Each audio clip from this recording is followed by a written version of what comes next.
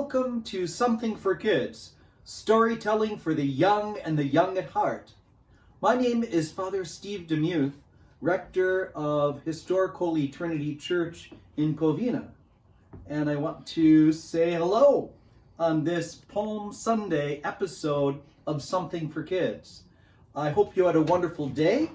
I think one of the things I enjoyed so much today was to see all the ways different people decorated their door to celebrate Palm Sunday. Some people put buckets of flowers or palms or tied a ribbon and had things hanging down. There was a lot of imagination, a lot of beauty. It was very exciting to see all of the different things that people did. I'm wondering if today or in the last few days, you may have done something creative or fun or artistic. If you have, why don't you write that in the comments so we can see what you have done. Tell us about it, or better yet, if you can send us a picture of something that you've done, that would be wonderful too. We are in the process of reading one of my favorite books, The Lion, the Witch, and the Wardrobe by C.S. Lewis. It is a book I return to again and again. It's like an old friend. And for a while there, I was reading it every Easter or just before Easter for a number of years. And I first found this book while I was in high school with a circle of friends who fell in love with the writings of C.S. Lewis. One of the things I hope is, after getting through this first book, you may want to go out and get the entire series of the Chronicles of Narnia. The good news is that there are 7 books that contain these wonderful stories. So before I begin, I will get my glasses ready. Oh, they're not too bad today. Oh, I spoke too soon. Let me get this polished so I can see the words on the page. And there you are. Let's begin. Now, I don't know if you remember, but we left off at a very interesting part. The children were surprised, along with Mr. and Mrs. Beaver, that Edmund had disappeared during their conversation in the beaver's home on the dam. And then they realized that the most likely reason was that Edmund had actually met and perhaps tasted the magical food of the White Witch.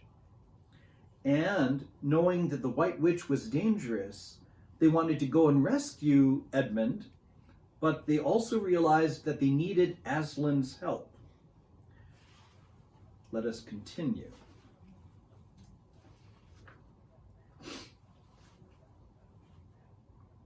The first thing he realized when he got outside, Edmund that is, and found the snow falling all around him, was that he had left his coat behind in the beaver's house. And of course, there was no chance of going back to get it now. The next thing he realized was that the daylight was almost gone, for it had been nearly 3 o'clock when they sat down to dinner, and the winter days were short. He hadn't reckoned on this, but he had to make the best of it. So he turned up his collar and shuffled along across the top of the dam. Luckily, it wasn't so slippery since the snow had fallen to the other side of the river. It was pretty bad when he reached the far side. It was growing darker every minute, and what with that and the snowflakes swirling all around him, he could hardly see 3 feet ahead. And then, too, there was no road. He kept slipping into deep drifts of snow and skidding on frozen puddles and tripping over fallen tree trunks and sliding down steep banks and barking his shins against rocks. Uh-oh, I said the word barking. Okay, all right.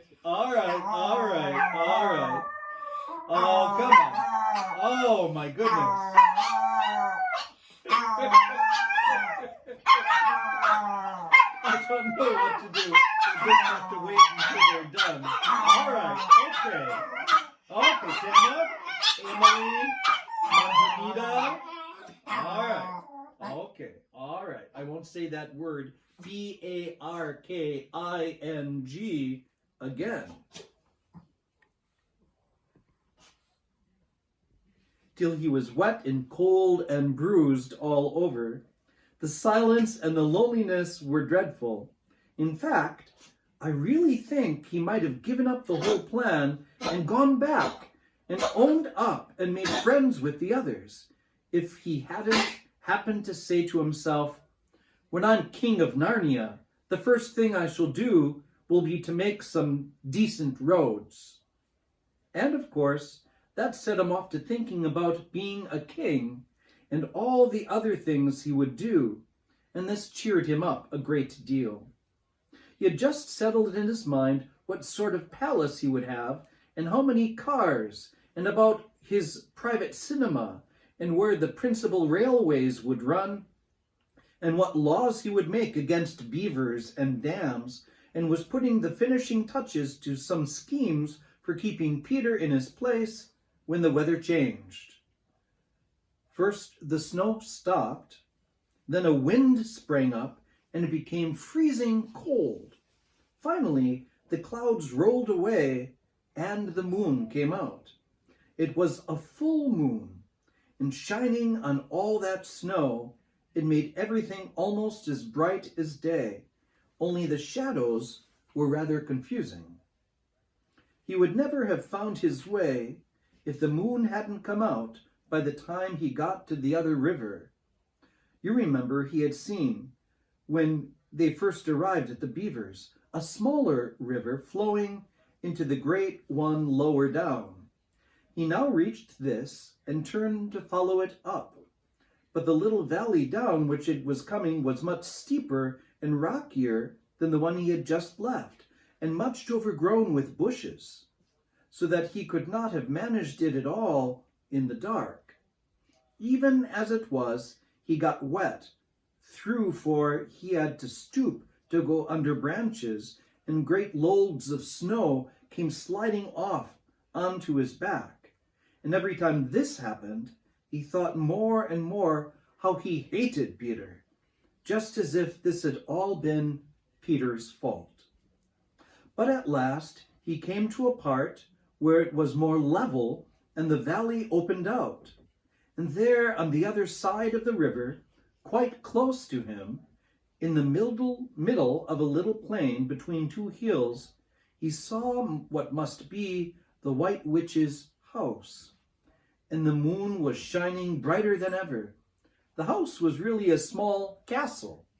It seemed to be, by all the towers, little towers with long pointed spires on them, sharp as needles.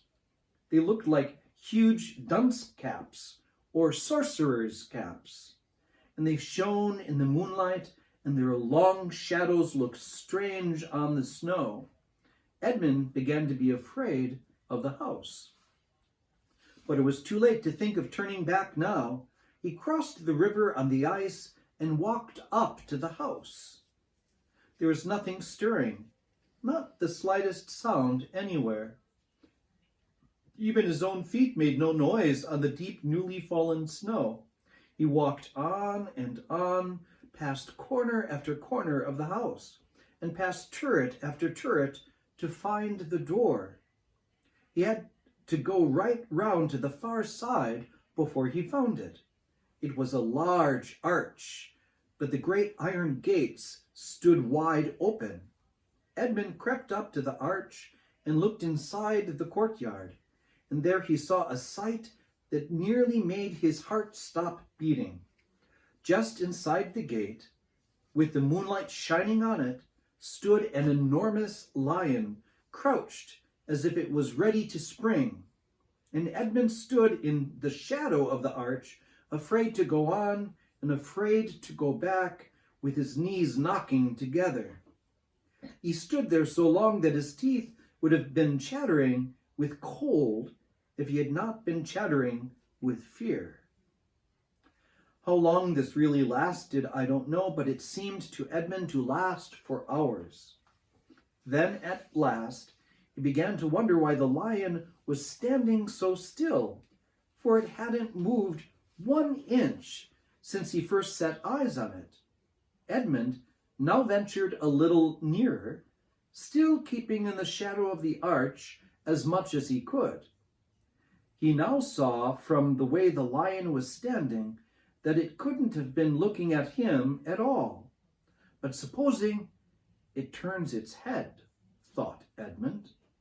In fact, it was staring at something else, namely a little dwarf who stood with his back to it almost 4 feet away.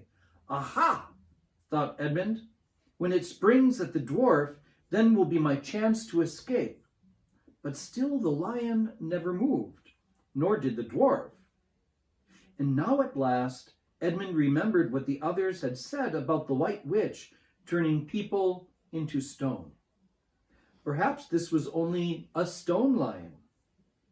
And as soon as he had thought of that, he noticed that the lion's back and the top of its head were covered with snow. Of course, it must only be a statue.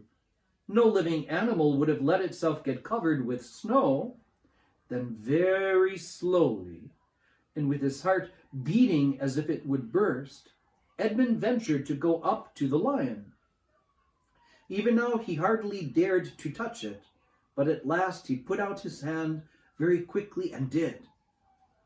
It was cold stone. He had been frightened of a mere statue.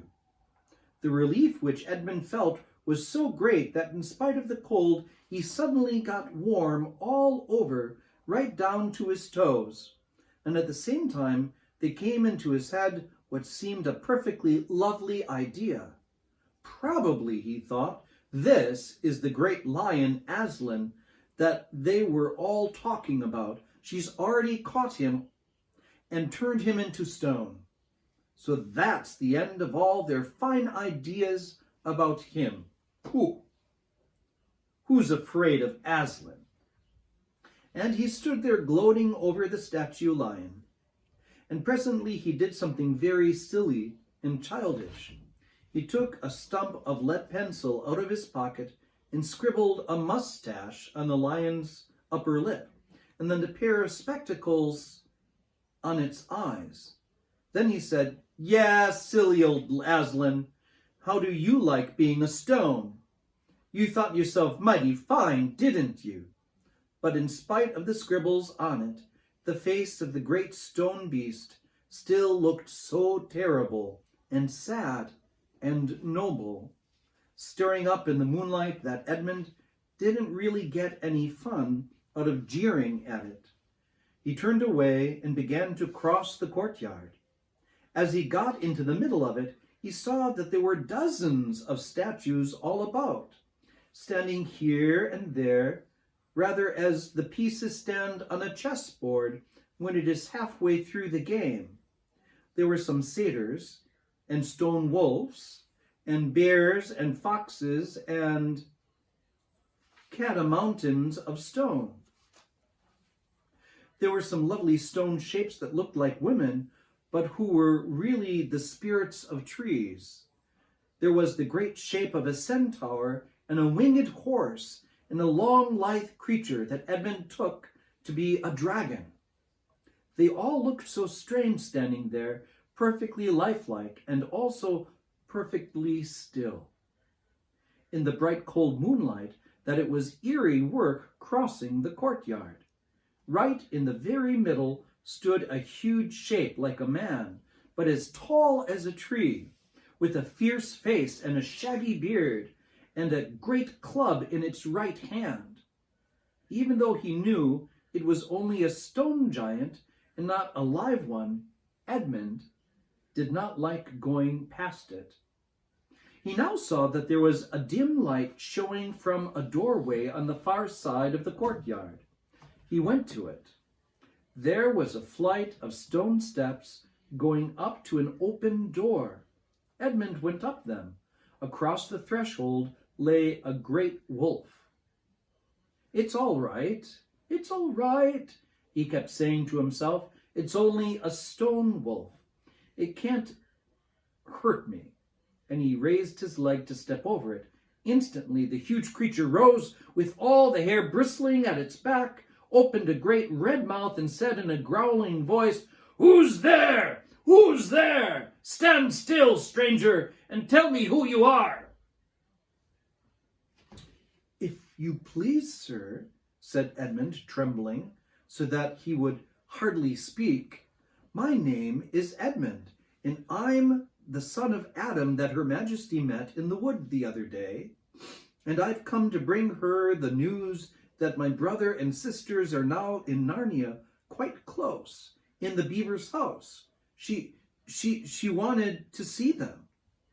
"I will tell Her Majesty," said the wolf. "Meanwhile, stand still on the threshold as you value your life." Then it vanished into the house. Edmund stood and waited, his fingers aching with cold and his heart pounding in his chest. And presently the grey wolf, Fenris Ulf, the chief of the witches' secret police, came bounding back and said, come in, fortunate favourite of the queen, or else not so fortunate." And Edmund went in, taking great care not to tread on the wolf's paws. He found himself in a long, gloomy hall with many pillars, full, as the courtyard had been, of statues. The one nearest to the door was a little fawn with a very sad expression on its face, and Edmund couldn't help wondering if this might be Lucy's friend. The only light came from a single lamp, and close behind this sat the White Witch. "I've come, Your Majesty," said Edmund, rushing eagerly forward. "How dare you come alone?" said the witch in a terrible voice. "Did I not tell you to bring the others with you?" "Please, Your Majesty," said Edmund, "I've done the best I can. I brought them quite close. They're in the little house on the top of the dam just up the river, with Mr. and Mrs. Beaver." A slow, cruel smile came across the witch's face. "Is this all your news?" she asked. "No, Your Majesty," said Edmund, and proceeded to tell her all that he had heard before leaving the beaver's house. "What? Aslan?" cried the queen. "Aslan? Is this true? If I find you have lied to me, please." "I'm only repeating what they said," stammered Edmund. But the queen, who was no longer attending to him, clapped her hands. Instantly, the same dwarf whom Edmund had seen with her before appeared. "Make ready the sledge," ordered the witch, "and use the harness without bells." And this ends chapter 9. Next time, we will begin chapter 10, The Spell Begins to Break.